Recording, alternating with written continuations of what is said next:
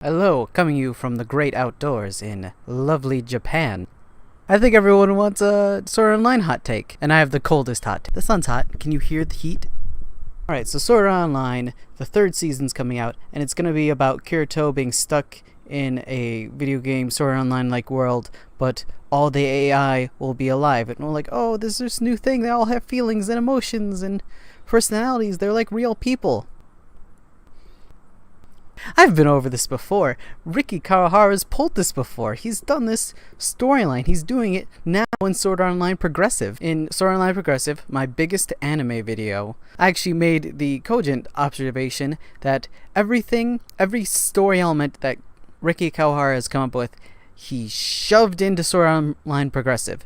And he just shoves all these ideas in the same, series without developing any of it. He's done this with AI. He had this idea for AI people that act just like real people for a while. It started probably most notably in the Excalibur arc, where the game's alive. It's making its own quests. These things are just like real people. They're striving for this gold. What a weird AI companion we have. It's just like they're a real person. And that's also the goal with the current Sword Art Online Progressive arc, where they're helping the Dark Elves, and the Dark Elves are just like people, and the NPC's sister died, and apparently that's a permadeath for them, and they all feel sad about it. And it still feels weird and progressive, because why would you go on to caring about these AI living or dying when there's still, real people living and dying in the story? But I think the biggest thing to point out is, Log Horizon did it.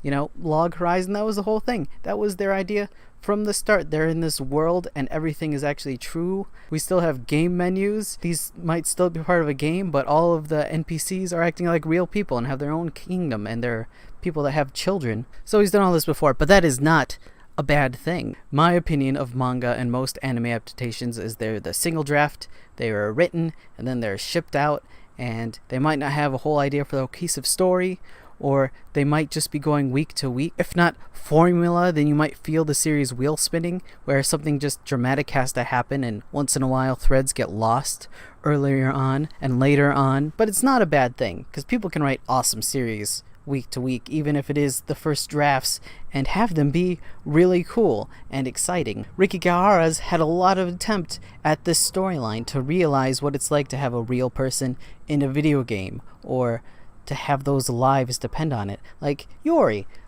Yori is the first example. Yori is essentially a living girl with needs and desires and wants, who is intelligent, who has emotional understanding, who has a concept of herself. Yori is a real person. Everyone's favorite Dadaru from season 1, and that was in season 1 of it, and he's just taken it and expanded it. So it's not a bad thing that Log Horizon did it first, and that's not thing. And I know, I don't care who did it first. Before there were programs inside computers, there were robots, and those robots had feelings and emotions, and I wonder what it's like if these things needed to have workers' rights. It's fine to reuse a concept or not to be the first one to it. It could be great, and that's what I want. I want it to be great, but okay, so here's what I want from the new series. I want this idea of living people to be real. I want there to be real stakes and drama in it, where not just melodrama, but where you'll feel for the things that are going on and connect to the characters. I want Kirito to be a real character, which we have not seen yet. I want Asuna in it, because Asuna is the best character. I don't want Kirito to solve problems by being the 14-year-old boy power fantasy, and I don't want story concepts to be taken and dropped as soon as they're done their arc, like what's happening in Sword Art Online Progressive. Now, mind you, these don't need to all be there for it to be a good show, and actually none of those could be there and could still be a good show, but I did put characters, so you do kind of need characters for a good show. But we'll see. We'll see what it does. So yeah, that was just a really quick, really short hot take. If you like it, put down the like, subscribe for more. I'll be following Sword Art Online, but I'll also be following the Sword Art Online Progressive manga as they come out. I plan on doing quite an event with that. Tell me in the comments if you really like Sword Art Online, or really looking forward to the third season.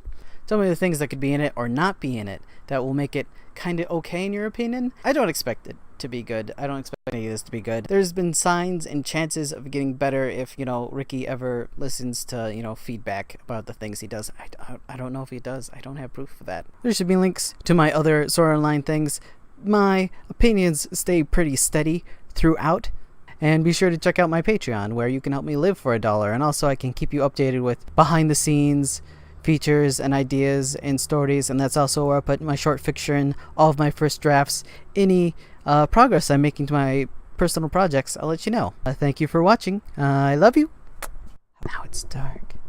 How was this format? Was this the worst? Did everyone hate this? Did you hate? I hope not. Hopefully I didn't make too much noise on the mic. Turned down the game real low. Take.